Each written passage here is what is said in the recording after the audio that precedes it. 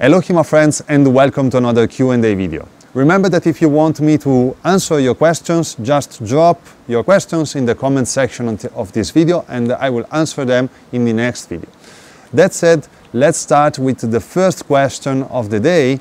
The question that you asked me is from 00 Sound and it's what's the role of modern fencing theory in your practice as an HEMA instructor and as a fencer? Do you, for example, start from modern theory and try to translate everything you find in an historical source to the modern system, or do you study primarily the historical sources and then fill the gaps of what you can't make sense of with modern theory or else? Now, it's not, I would say that between the options that you mentioned, it's not really one or the other, so I not follow a method because these, I will say that these two worlds are not the same. So I will say that for me, medieval sources are like poems. So you are reading a poem which contains a lot of interesting stuff about the old grammar and the old way of thinking about different things and the old way of writing different words. So if I am, of course, comparing these to a language. So the old source is the poem, and to understand the poem you need some knowledge, which is grammar. So you have to understand some kind of grammar to understand the old grammar. So for me, even if I started studying these after studying the sources, modern fencing theory is the grammar.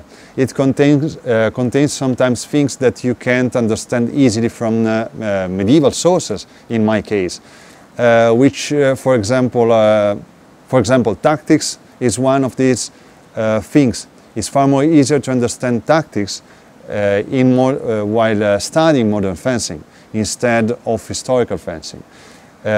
Historical fencing is more about place, different place, defensive place, offensive place, sequence of cuts, drills. You find a lot of interesting ways of training your art, and you find interesting single actions. So a parry and riposte, an action on tempo, a different way of dealing with the bind. But everything is linked in many different ways. So the German thinks in a different way, so it's a kind of grammar. The Italian, Fiore, thinks in a different way, so it's another kind of grammar. The modern fencing theory is a common grammar that we can find more or less similar in all modern fencing, in every single part of the world right now. And for our brain, the brain is far more easier to understand. So long story short, I study modern fencing theory to better understand the tactics and to organize the actions in my mind. But of course, my main focus as an historical fencer is on the sources. So the modern fencing theory is useful to better understand historical sources. So I hope this answers your question, which was kind of complex, and well, I start to answer another one now. So the next question is from Mr. Nagabomb. Hi mate, it's Mike from Australia. I was wondering if you had any thoughts for those of us that have to practice mainly alone. Now this question is really important, especially in these days with all the COVID stuff. Without partners to spar with, often what do you recommend to spend the time most wisely? Practice in place alone, shadow sparring, use of appel, etc. Regards, Mike. So, hi Mike. Now, I will say that every single thing that you mentioned is important. So, focus yourself over one single thing. When you don't have a sparring partner is a bad idea because now, as human, we tend to specialize over things. So if you start practicing only one thing, you become really good at that specific thing, but you can't triangulate your goal, which is something far from what you're doing, because of course, fencing is done in two, generally speaking. So doing things alone is harder, you can achieve reasonable results, but you need different kind of training methods. So my advices are solo forms. Now, solo forms can be a lot of different things. One example is cutting drills. So you have a sequence of cuts that you can repeat and then make yourself more comfortable with every single motion of the cutting drill.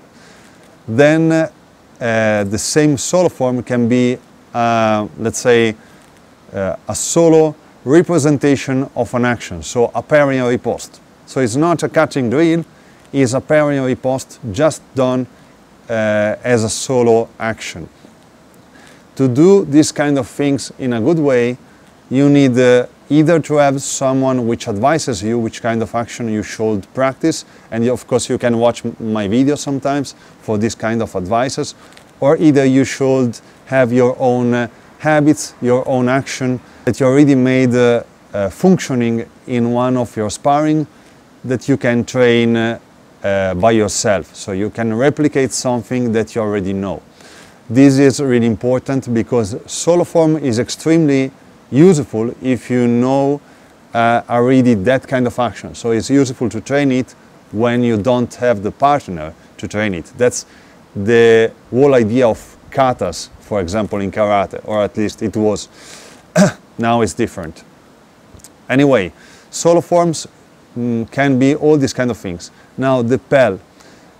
Training at the PEL is kind of useful, but don't do it too much, because if you strike the PEL in your training, if you have an iron Worcester is okay. If you have a sword, a steel sword, you can damage the tongue of your steel sword. And if you are not striking your PEL, you are training some kind of weird motion, because generally speaking, when you strike someone, you want to hit him, be it a person, so during a sparring, or be it a sword. So generally speaking, you want to hit things, and when you don't want to hit them, is generally speaking a feint. So it's another kind of thing. So training at the PEL is okay, just do it with the proper tools. So for example, nylon Worcesters, if you want to strike the PEL, which is, in my opinion, the best way of using the PEL. So that's another kind of training. You mentioned shadow sparring. Now, shadow sparring, like shadow boxing, is okay. It's kind of harder to achieve good shadow sparring in HEMA compared to boxing. You can do it. Is, in my opinion, in my experience, is harder, but again, is a good kind of training method. So my answer for you is, don't specialize over one thing. There is not one training which is better than the other. Do everything you can and differentiate your training as much as you can. Generally speaking, because you have a lot of different things in the same concept, among the one you mentioned, solo forms are basically the most important one, because you can do a lot of different things with them. So let's go with another question. So the next question is from Windows. It is written in Italian, so I will translate it for you. And it's which is the difference between Dente del Zanghiaro and the Porta di Ferro Mezzana. So he's talking about two poste mentioned in the Fiore dei Liberi books.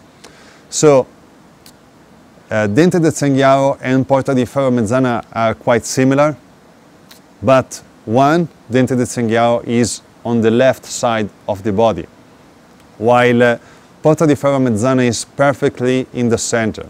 So Fiore tells us, when he's talking about the poste, that we have three poste which are in the middle, so are Posta Breve, Longa and Porta di Ferro Mezzana, which are perfectly in the middle. The other one are on the sides. Dente del Zanghiaro is on the left side and in fact defend, of course, going toward the right.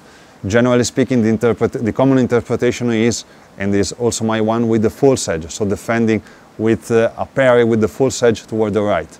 So this is the main difference between the poster. Now, one is drawn with the right foot forward because it's more comfortable to play with it from this kind of position, and is Dente de Zanghiaro, of course. The other one, Porta di Ferro Mezzana, is drawn with the left foot forward. But of course you can, as you are keeping your sword on the center line, you can just sit in the guard with both the foot forward. It's not really different in my experience. You have, of course, different outcomes, tactically speaking, depending from which kind of leg you have in the front. So, generally speaking, left foot forward, more defensive, right foot forward, more offensive. But that's, again, my own opinion and my own interpretation also. So this is the main difference between the two guards. So I answer the last questions, and then that's it. The last question is from my friend Martin, which have a club which I can't really spell in the proper way in German, I would say. So he asks me, will you be at the Berlin Buckler Boats ever again? I kind of want to fence with you. So this is kind of a personal question, but that said, I will answer it anyway. I really like the Berlin Buckler Boats as an event. I don't train a lot in this kind of period with minimal gear sparring. Of course, I am doing it anyway, but of course it's not my main focus as it was in the past. Now it's kind of a side training compared to other things that I do. So the Berlin Buckler Boats is still interesting for me as an event, of course, also because there is a lot of interesting people there. But I always have to choose which kind of event to participate with during a year, because of course I have limited time and money to spend for this kind of things. That said, I hope to participate to the next Berlin Buckler Boats, I think in the 2021, probably the second half, considering which kind of problems we have right now with the virus. But of course, I don't know. I will see. Anyway, thanks for your questions, guys. I will answer whatever question you want in the next video. Remember to write them in the comment section. Remember, if you want to support me, check the link to my Patreon page in the video description. And well, as always, see you next time.